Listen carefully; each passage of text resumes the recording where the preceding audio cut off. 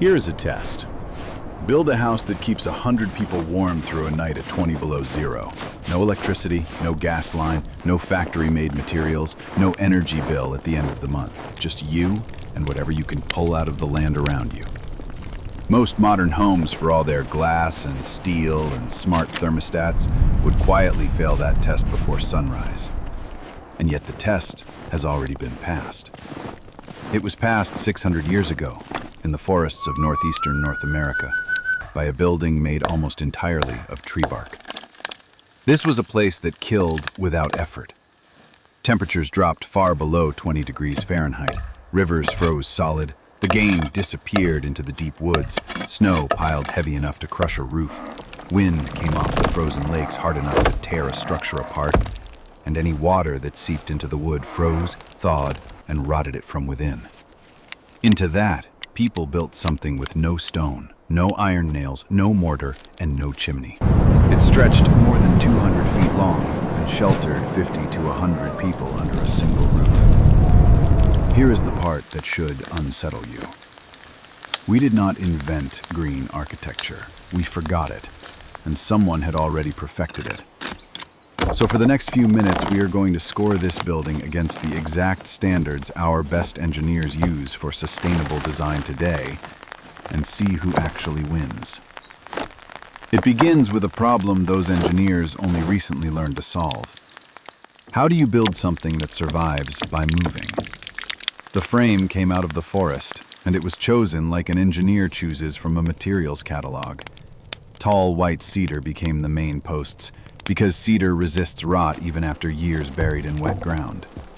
Young ash and hickory became the roof, picked not for strength but for the opposite quality, for their willingness to bend. The heaviest posts were driven several feet into the earth, deep enough that frost heave could not lift them as the ground swelled and settled through the freeze.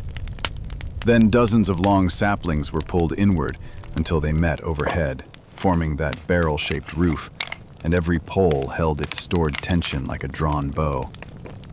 There was no metal anywhere in it.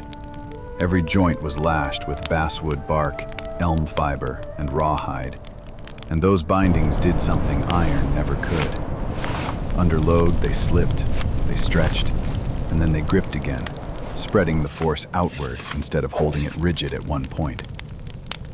Now consider what we do today. The skyscrapers we build in earthquake zones use flexible joints and dampers to absorb force rather than resist it. And we call that 21st century engineering. They called it a thing you did on a Tuesday while stripping bark. We even have a whole science now for learning design from nature. We named it biomimicry. The builders of the Longhouse practiced it without a name, as a habit of living. Whichever tree bent in a storm without snapping, that was the tree that went into the roof. Because a rigid frame funnels the entire storm into one weak point, while a flexible one divides that storm across 200 points at once.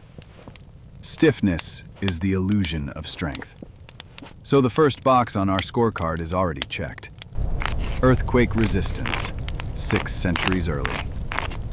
But a perfect frame still leaks heat. And the next box on the sheet is something our own building industry didn't even have a name for until 1988. The passive house envelope.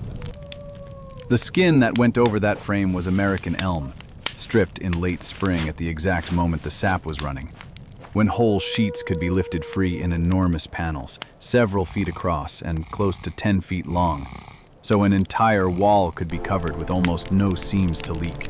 Each sheet was flattened, dried, and laid from the bottom upward like shingles, so rain and melting snow ran down across the overlaps instead of slipping inside, and horizontal poles pressed the whole surface flat so the wind could never catch an edge and peel it away.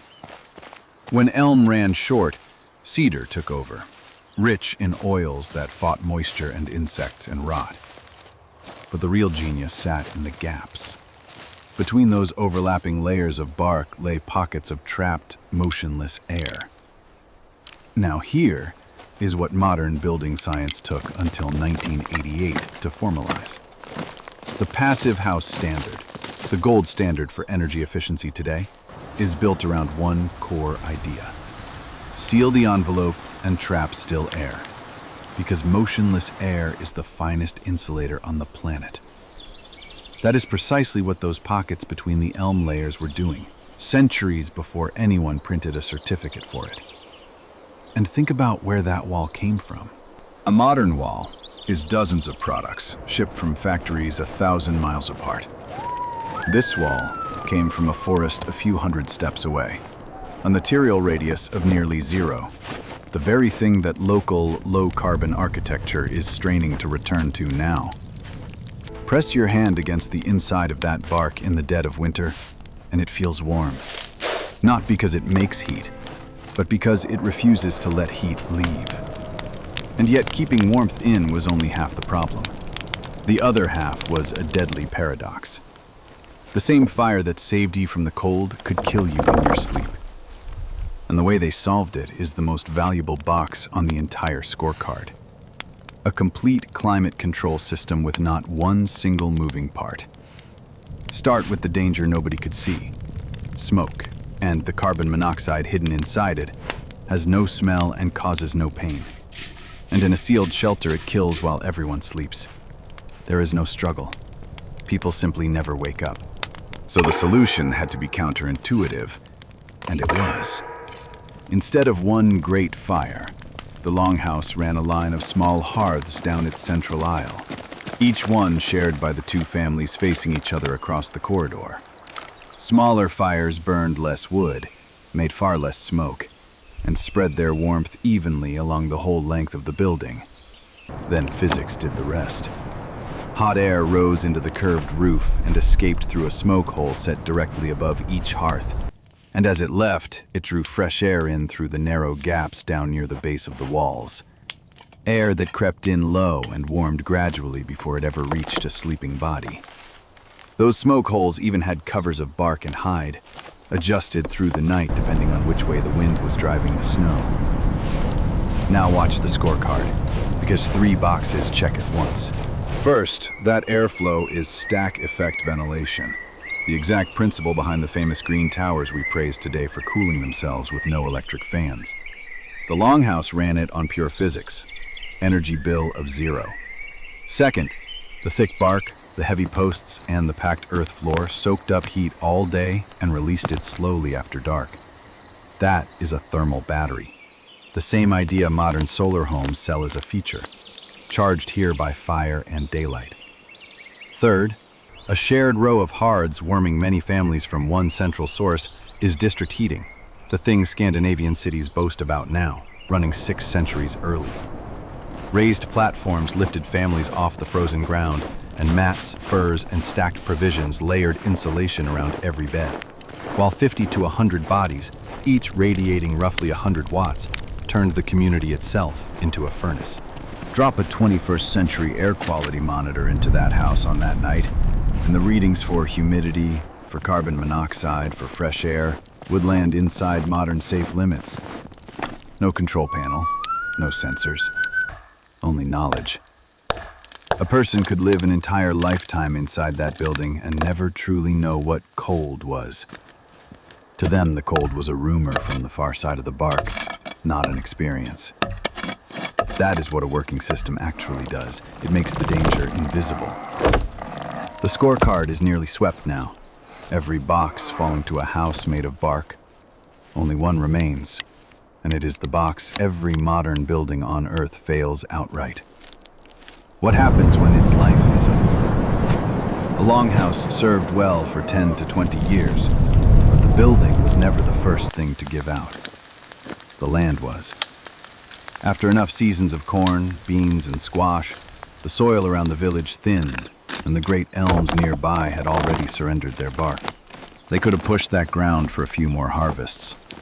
They chose to move instead, relocating the entire village and leaving the old houses standing for the forest to reclaim. Within a few decades, there was nothing left to see, and the soil had recovered. Here's the last box on the scorecard, and it is the one every modern building on Earth fails outright. Regenerative design. When our buildings die, they die into landfills of concrete and steel that will not break down for centuries. When a longhouse died, it died into soil. No demolition, no waste, only reabsorption. This was not a house that lasted forever. It was a house designed to vanish without a trace, which is by far the harder thing to engineer. The village itself was ringed with tall wooden palisades against raids, its entrances kept narrow to hold in the heat, its food stacked high on racks away from damp and rodents. 2 layers of defense, one against men, one against winter. So tally the sheep. Earthquake resistance, checked. Passive house envelope, checked. Fan-free ventilation, thermal battery, district heating, near zero material radius, full regeneration, all checked. The house made of bark wins almost every category. If the Haudenosaunee had ever filed a patent, they would own much of the green architecture industry today. But they never thought of it as invention.